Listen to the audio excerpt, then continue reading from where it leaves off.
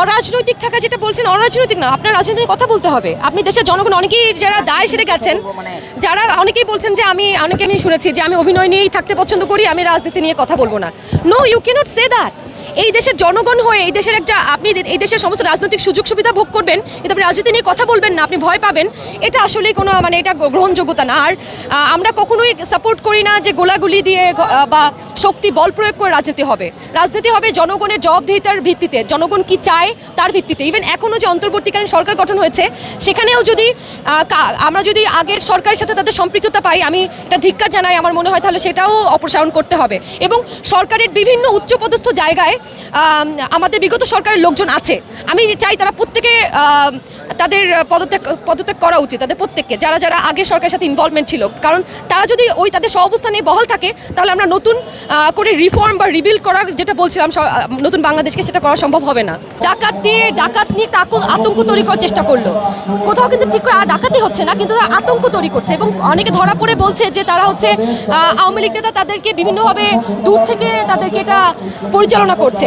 তার মানে যখন ডাকাতি করতে আসলো, পুরো এলাকা কিন্তু সবাই একসাথে রাস্তায় নেমে আসলো, পুরো এলাকার মধ্যে আরও ভ্রাতৃত্ব তৈরি হলো। তারা যাই করছে সেটাই কিন্তু ব্যাকফায়ার করছে। তারা যেটা আমাদের ক্ষতি করার চেষ্টা করছি, সেগুলো আমরা কিন্তু একসাথে রুখে দিতে পারছি।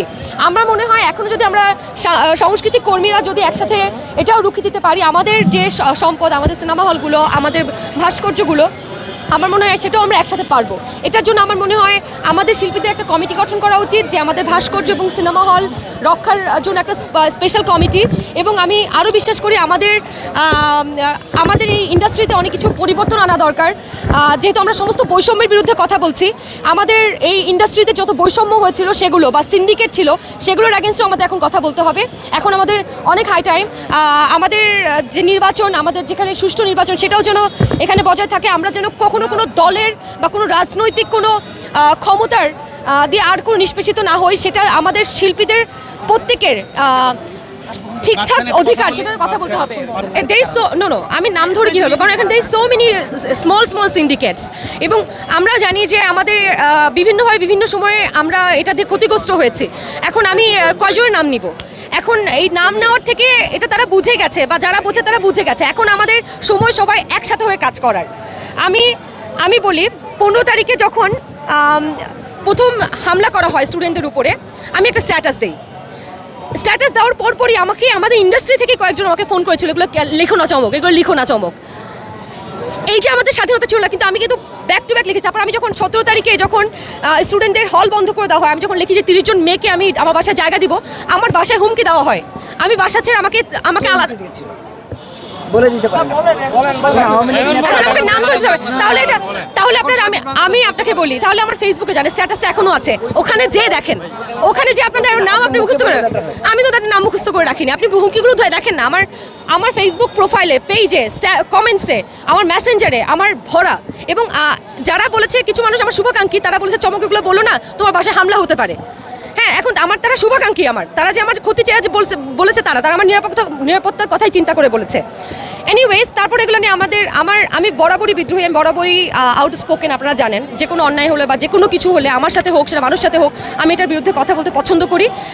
আমি যেটা বলেছিও, এবং আমি মনে করি এই মুহূর্তে আরেকটা বিষয় আমি আপনাদের থ্রুতে বলতে চাই, আমাদের শিল্পীদের দ্রুত একটা কমিটি গঠন করা উচিত, আমাদের সিনেমা হলগুলো এবং আমাদের শিল্পীদের যে আরও ভাস্কর্য বা অন্য কিছু আছে, সেগুলো প্রোটেক্ট করার জন্য।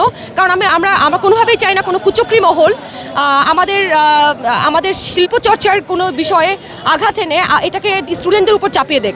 স্টুডেন্টরা কখনোই এখন চায় না যে দেশের সংস্কৃতির কোনো ক্ষতি হোক, দেশের মানুষের কোনো ক্ষতি হোক। তারা দেয়ালে লিখছে, কালকে আমরা দেয়ালে লিখছি। আমরা তো অবশ্যই চাই না সাংস্কৃতিক কোনো আঘাতহানি হোক। আর আমি বলতে চাই, এখন হাই টাইম, কে অন্যায় করেছে, কে ভুল করেছে, সমস্ত কিছু আমরা ভুলে যাই। আমরা সবাই দেশের জনগণ। আপনারা যদি কেউ আওয়ামী লীগ করেও থাকে আগেও, তাদেরকে আক্রমণ করেন না, তারা আমাদের দেশের জনগণই। তারা যদি শুধরে আসতে চায়, তারা যদি একটা সঠিক বাংলাদেশ গঠনের জন্য একসাথে কাজ করতে চায়, তাদেরকেও নিন। আপনারা তাদেরকে আক্রমণ করবেন, তাদের বাড়িঘর জ্বালায় পড়ে দিবেন, এটা আসলে আমি সাপোর্ট করি না, একদমই সাপোর্ট করি না। কেউ করেনি, অবশ্যই করেনি, কেউ করেনি, কিন্তু তার মানে না তারা বিপক্ষে ছিল।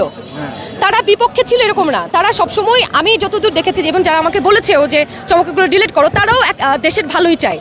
আমি কি বললাম যে ইভেন আপনারা যে আওয়ামী লীগদের উপর আক্রমণ করছেন তাও করবেন না আপনারা, তারাও যদি ভালো হয়ে শুধরে ফিরে আসতে চায় একসাথে আমাদের দেশ কিন্তু একটা 50% মানুষ বাদ দিয়ে আমরা চালাতে পারবো না, আমরা সবাই মিলেই চালাতে হবে।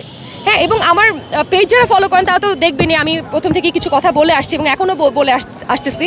আমাদের এখন হাই টাইম মানুষকে প্রতিশোধ নেওয়ার থেকে এখন দেশ গঠনের প্রতি আমাদের নজর দিতে হবে। প্রতিশোধ নেওয়ার সময় এটা না।